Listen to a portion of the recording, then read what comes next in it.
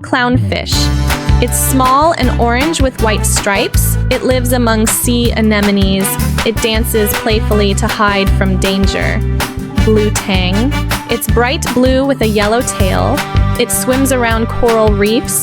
It loves to nibble tiny algae. Great white shark. It's huge with sharp teeth. It lives in the open ocean. It can smell blood from far away. Dolphin. It's gray and smooth. It lives in groups called pods. It loves to jump and talk through clicks. Octopus. It has 8 long arms. It can change color to hide. It squirts ink when scared. Sea turtle. It has a hard shell. It lives in warm seas. It travels thousands of miles to lay eggs. Starfish. It has 5 arms and no bones. It lives on the ocean floor. It can grow back a lost arm. Jellyfish. It's soft and see-through. It drifts with the waves. Some glow in the dark. Seahorse. It's tiny and shaped like a horse. It holds onto sea plants with its tail. Dads carry the babies. Crab. Run.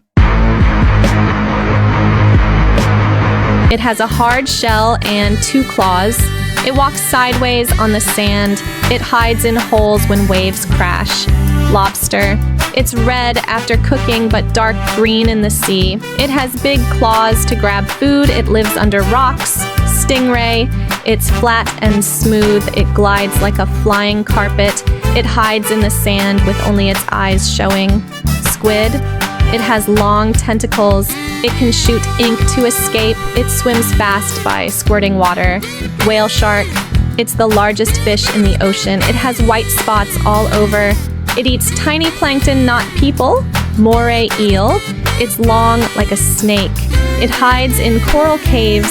It peeks out with sharp teeth showing. Sea urchin. It's round and covered in spines.